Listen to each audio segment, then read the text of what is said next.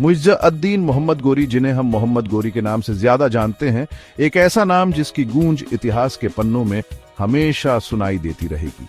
आज के अफगानिस्तान में गुरीद वंश में जन्मे इस युवक के साम्राज्यों के भविष्य पर इतने गहरे प्रभाव की कल्पना कम ही लोग कर सकते थे।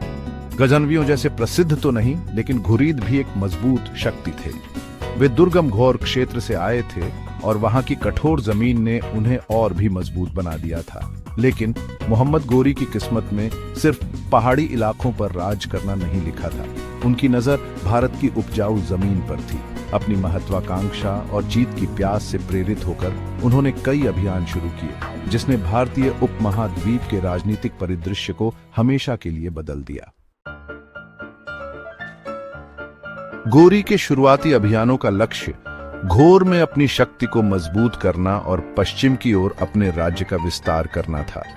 वह समझते थे कि भारत पर नजर डालने से पहले उन्हें अपनी सीमाओं को सुरक्षित करना होगा और एक मजबूत आधार बनाना होगा।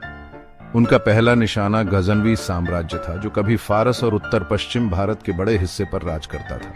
हालांकि गजनवी अपनी पुरानी शक्ति खो चुके थे, आंतरिक कलह और दूसरी उभरती ताकतों के दबाव से कमजोर हो गए थे।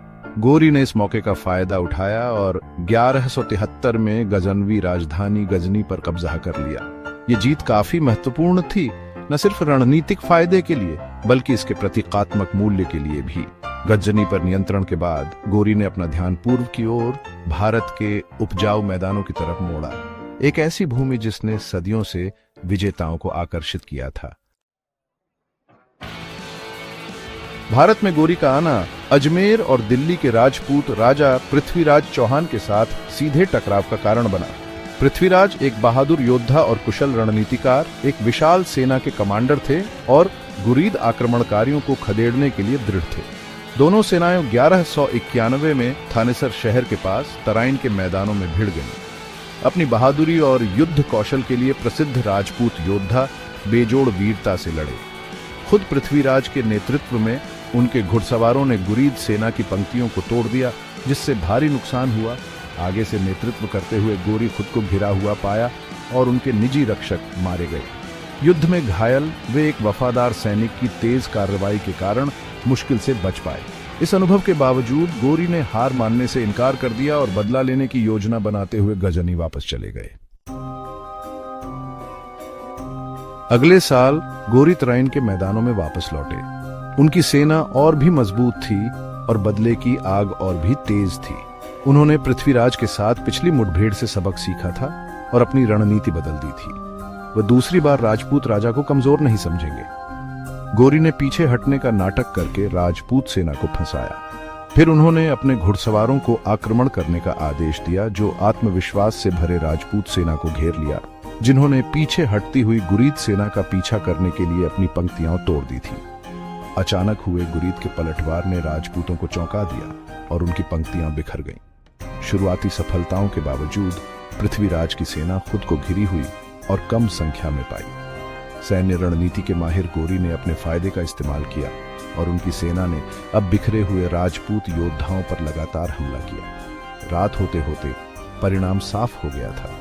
गुरीद सेना विजयी हुई थी। पृथ्वीराज चौहान को पकड़ लिया गया और मार डाला गया, जिसने उत्तर भारत के राजपूत राज्यों के एक युग का अंत कर दिया। तराइन में जीत गोरी के लिए सिर्फ एक सैन्य जीत नहीं थी, ये एक रणनीतिक चाल थी। इसने गंगा के मैदानों, उत्तर भारत के केंद्र के दरवाजे खोल दिए।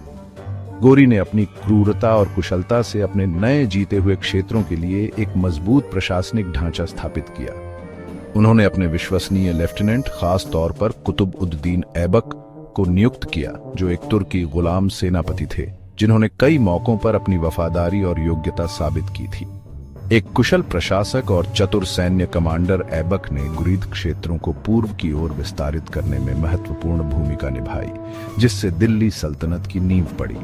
दिल्ली, अजमेर और कन्नौज जैसे शहर, जो कभी राजपूत सत्ता के केंद्र थे, गुरीद प्रशासन के केंद्र बन गए। गोरी की शासन प्रणाली हालांकि सैन्य ताकत पर आधारित थी, लेकिन एक व्यावहारिक दृष्टिकोण दिखाती थी। उन्होंने मौजूदा प्रशासनिक ढांचे को अपनी संप्रभुता के तहत काम करने की अनुमति दी और स्थानीय अभिजात वर्ग को अपने प्रशासनिक ढांचे में शामिल किया। गौर के पहाड़ों से आए योद्धा राजा मुइज़्ज़ अद-दीन मोहम्मद गोरी ने इतिहास के पन्नों पर एक अमिट छाप छोड़ी। उनका नाम अफगानिस्तान और भारत दोनों के इतिहास में हमेशा के लिए दर्ज है, जो विशाल विजय, रणनीतिक प्रतिभा और एक क्रूर महत्वाकांक्षा की याद दिलाता है, जिसने भारतीय उपमहाद्वीप के राजनीतिक परिदृश्य को बदल दिया। गोरी की विरासत जटिल है, सैन्य प्रतिभा, प्रशासनिक कौशल और सत्ता की प्यास से बुनी गई एक टेपेस्ट्री। हालांकि उनकी विजयें अक्सर क्रूर थीं, लेकिन भारतीय इतिहास पर उनके गहरे प्रभाव से इनकार नहीं किया जा सकता है। वह एक विजेता थे, हाँ, लेकिन वह एक निर्माता भी थे, एक दूरदर्शी जिन्होंने भारत में एक नए युग की नींव रखी। उनके अभियान, हालांकि क्षेत्रीय विस्तार और धन की प्राप्ति की इच्छा से प्रेरित थे, ने अनजाने में सांस्कृतिक आदान प्रदान और बौद्धिक चर्चा के रास्ते खोल दिए। दिल्ली सल्तनत, जो गुरीद साम्राज्य की राख से उठी, सदियों तक भारत के विशाल क्षेत्रों पर राज करेगी, कला, वास्तुकला और साहित्य की एक समृद्ध विरासत छोड़कर। अपनी सैन्य कौशल और प्रशासनिक क्षमताओं के बावजूद मुइज़्ज़ अद-दीन मोहम्मद गोरी का साम्राज्य पहले के कई लोगों की तरह रेत की नींव पर बना था। उनका विशाल राज्य, जो आज के अफगानिस्तान में गौर से लेकर भारत के गंगा के मैदानों तक फैला हुआ था, उनके व्यक्तित्व के बल और उनकी सेनाओं की ताकत से एक साथ था। 1206 में उनकी हत्या के बाद गुरीद साम्राज्य की नाजुकता साफ हो गई। उत्तराधिकार की स्पष्ट रेखा की कमी और आंतरिक प्रतिद्वंद्विता से ग्रस्त कभी शक्तिशाली साम्राज्य टूटने लगा। गोरी के सेनापति, उनके वफादार गुलाम कमांडर, जिन्होंने अटूट समर्पण के साथ उनकी सेवा की थी, अब खुद को सत्ता के लिए होड़ में पाया। दिल्ली सल्तनत के संस्थापक कुतुबुद्दीन ऐबक ने अपनी स्वतंत्रता की घोषणा की, जिसने भारत में गुरीद शासन के अंत को प्रभावी ढंग से चिह्नित किया। पूर्व में बंगाल क्षेत्र अलग हो गया, जबकि फारस और मध्य एशिया में पूर्व प्रतिद्वंद्वियों ने कमजोरी को भांपते हुए विद्रोह कर दिया। गुरीद साम्राज्य पीछे हटते ज्वार पर रेत के महल की तरह इतिहास की लहरों से तेजी से बह गया। गुरीद साम्राज्य के अल्पकालिक अस्तित्व के बावजूद भारतीय उपमहाद्वीप पर मुइज़्ज़ अद-दीन मोहम्मद गोरी की विजयों का प्रभाव गहरा और लंबे समय तक रहा। उनकी जीत ने दिल्ली सल्तनत की स्थापना का मार्ग प्रशस्त किया, जिसने भारतीय इतिहास में एक नए युग की शुरुआत की। एक ऐसा युग जो इस्लामी शासन के उदय, संस्कृतियों के मेल और नई कलात्मक और स्थापत्य परंपराओं के उद्भव की विशेषता है। दिल्ली सल्तनत और उसके बाद मुगल साम्राज्य अपने अस्तित्व के लिए गोरी द्वारा रखी गई नींव के ऋणी थे। उनकी विजय, हालांकि अक्सर क्रूर थी, ने अनजाने में व्यापार और वाणिज्य के नए रास्ते खोल दिए। गुरीद शासन द्वारा लाई गई स्थिरता, यद्यपि सैन्य ताकत के माध्यम से लागू की गई, ने बड़ी दूरियों पर माल और लोगों की आवाजाही को सुविधाजनक बनाया। सिल्क रोड एक बार फिर गतिविधि से गुलजार हो गया, विचारों, वस्तुओं और प्रौद्योगिकियों के आदान प्रदान के लिए एक नाली बन गया, जिसने भारत को व्यापक दुनिया से जोड़ा। गोरी की विजयों का सांस्कृतिक प्रभाव भी उतना ही निर्विवाद है। स्थापत्य शैलियों के मेल ने कुतुब मीनार जैसे शानदार स्मारकों को जन्म दिया, जो इस युग की कलात्मक प्रतिभा का एक विशाल प्रमाण है। गौर के पहाड़ों से आए योद्धा राजा मुइज़्ज़ अद-दीन मोहम्मद गोरी अत्यधिक ऐतिहासिक महत्व के व्यक्ति थे। उनका जीवन, विजय, असफलताओं और विजयों का एक बवंडर ने अफगानिस्तान और भारत दोनों की नियति को आकार देने में महत्वपूर्ण भूमिका निभाई। वह एक क्रूर विजेता, एक चतुर रणनीतिकार और एक सक्षम प्रशासक थे।